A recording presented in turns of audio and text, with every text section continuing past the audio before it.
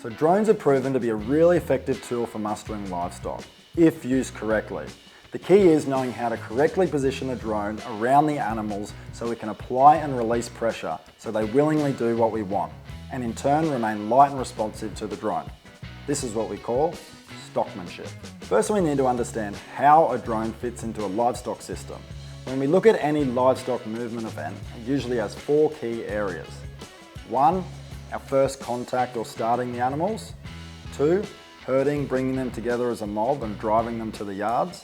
3, yard work and processing them in the yards.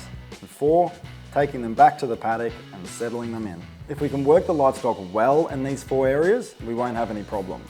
But if we do these areas poorly, we'll have issues and the animals will become uncooperative. First, we need to look at our first contact. The frame of mind we start them in will be the frame of mind they'll be in for most of the day. We need to approach the animals correctly and invest some time starting them up in what we call I am okay mode. This is when animals move in a calm, relaxed, straightforward movement that all other animals want to join in. If we do it wrong, our animals go into defense mode and the movement is hesitant, jerky, anxious, and the animals' minds are thinking of escaping.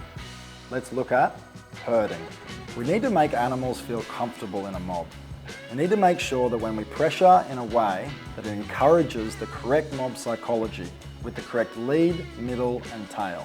This is how animals naturally want to travel and is described as good movement. It is important that we generally apply pressure at a forward angle and have the drone positioned so the animals can see the drone, spending most of the time to the side of the mob directing, not behind the mob pushing. It's about applying a pressure to motivate the animals to go in a direction, not cause resistance. Yard work. When we work in the yards, we need to think let, not make.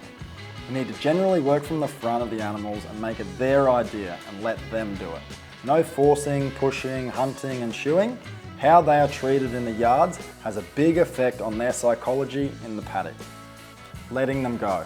The frame of mind you leave animals in is the frame of mind you will find them. It's important that we don't just let animals run back to their paddock with an escaping mindset. We always need to have the drone in front of them controlling the movement and leave the animals settled grazing. The rule is we must always leave the animals, not the animals leave us. Hope these tips were somewhat helpful and we're keen to hear what works for you.